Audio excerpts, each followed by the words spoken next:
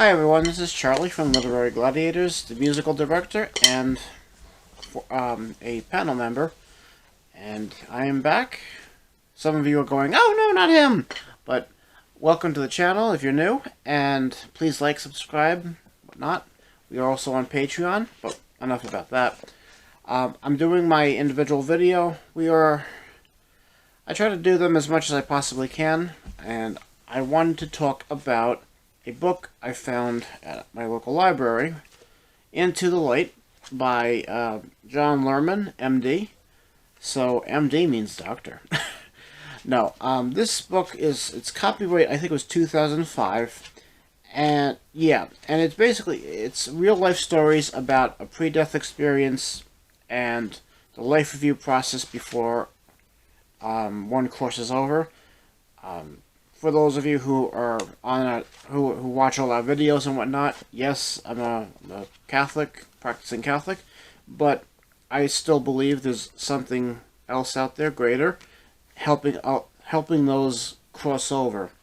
A lot of people in this book. There was 16 chapters, but of course you have the backstory of each person.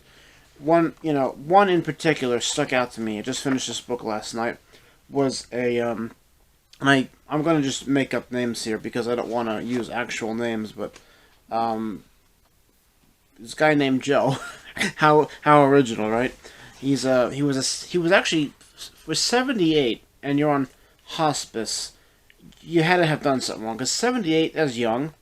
And let me backtrack. John Lerma, he was also, he did a lot in the medical field, and now he's also doing he does lectures and whatnot about these, visiting people, angels who visit, to see his relatives that come, and basically he is in the palliative care unit, hospice unit, when they have stopped aggressive treatments, and they realize those are just no good anymore, they just need to let the person cross over. So he noticed a lot of his patients were looking at the corners of each room. Sometimes it would be the same corner of each patient. And then he realized they were coming to terms. So apparently God, or whoever the greater being is, in this case we'll say God, was allowing these people, and some of these people in here, one was a German officer, SS Army. One was a Baptist minister. He's the one I want to talk about. There was another one who was, just a loving housewife, although she had, everything she did was, she didn't have a long life. It was not a pleasant life, let's put it that way. A lot of these incidents, all of these, that's what I'm going to call them, incidents, they correlate with one another. And this one person I wanted to talk about was, like I said, he was a 78-year-old Baptist minister. He was hardcore against LGBTQ and all that. He was against this. He was your basic banging the Bible at the pulpit. He was, I don't know what he was put in for. I don't remember off the top of my head. I believe in karma. What goes around comes around. So he was actually the third chapter, I believe, here. Let me just see. Yeah, one was about a 9-year-old boy who passed, and he gave in so much insight to the doctor and all the staff that were there, and it was just jaw-dropping, mind-blowing. I'm trying to find the right chapter here. Negotiating with the angels, again, very insightful, very eye-opening, and there were people who still don't believe in this, and for a long time I didn't too. I thought it was like, well, maybe it's a drugs they're on, or maybe they're doing what. But over time I started to be more aware and just keep reading books like this, and they all most of them, 9 times out of 10, they all correlate. There was also studies done in here that this, I don't know if it was, obviously couldn't have been him, but from a study was done in 1961 up to and then another study done in 2005. Like, do you see a dark force before you pass, or whatnot? Or here it is here. There were surveys. For example, uh, both surveys found the interval between the first apparitions and passing was approximately 4 weeks. Both surveys, again from 1961 and then again 2005, both of those surveys found that the sex of the apparitions was greater than 50% male and approximately 40% female. Less than 5% reported androgynous beings. So here's another one. Types of visions and percentage of patients who saw them. God or Jesus, 30% of patients in both of the surveys. Angels, 24% in 1961, 90% in 2005. Parents and siblings, 20% in 1961, and that again, 90 in 2005. So I'm not making this up. It's here, black and white. Anyway, about this, we'll just say this gentleman here, he was the type you would see at a rally. If you're in a parade, and you obviously you have those people who are protesting and whatnot. I actually ran into some of these people, but I'm not going to go into it. And he realized now, being that he's on hospice, he only has a few weeks left of his life. He was receiving these visions and people coming to him saying, "Love one another. Love people. Don't condemn." First, the one with the, and it's a quote from the Bible right there.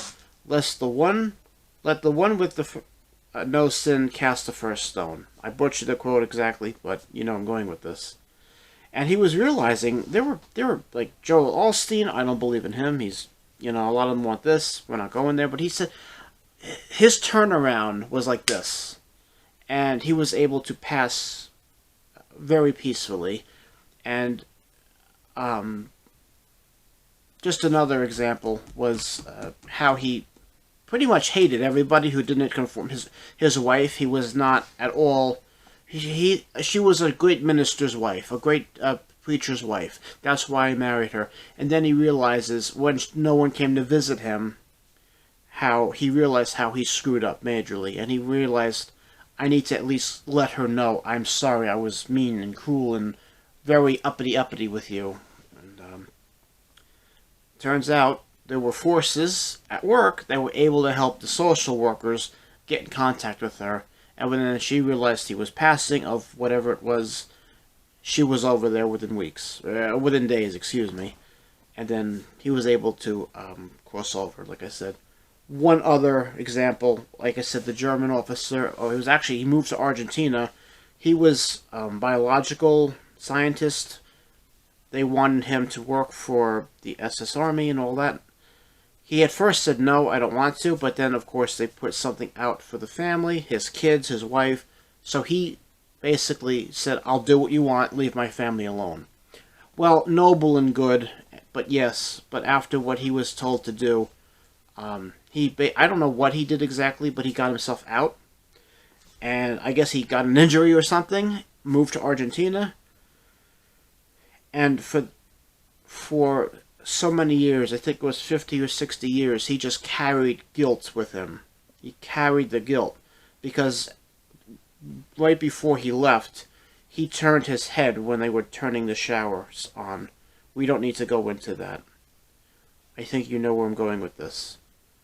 One woman looked at him right in the eyes before she entered, and he realized right then and there, he said, I gotta get out of this place. But her look was just pure forgiveness and understanding. Like, I know what I'm about to go into, but I don't want to blame you. You're doing what you're supposed to be doing from your orders. He carried that with him for the rest of his life. And when he was in this hospice unit, he didn't want to talk to anybody. But she apparently came to him in visions, and he was looking in the corner of the room.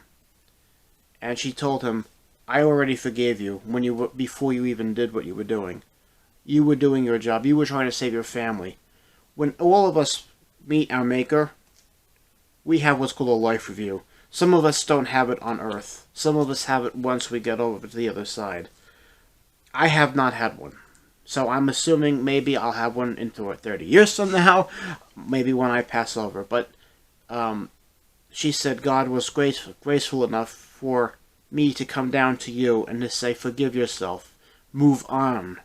You're going to die in about 3 weeks, but move on. And he started to eat. He started to drink. I failed to mention, he was not doing anything. He just wanted to he's like, let me go. I don't deserve to be saved.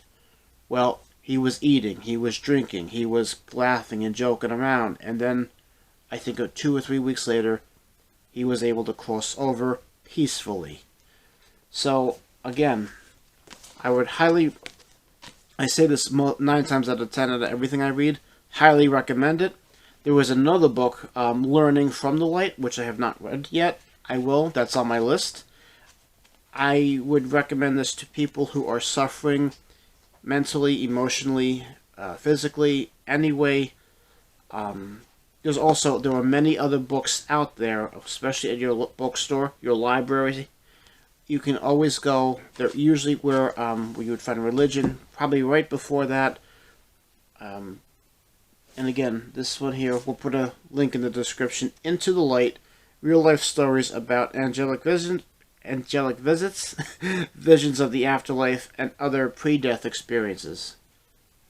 John Lerman, MD. So, as Josh would always say, for now, keep reading. We'll see you next time.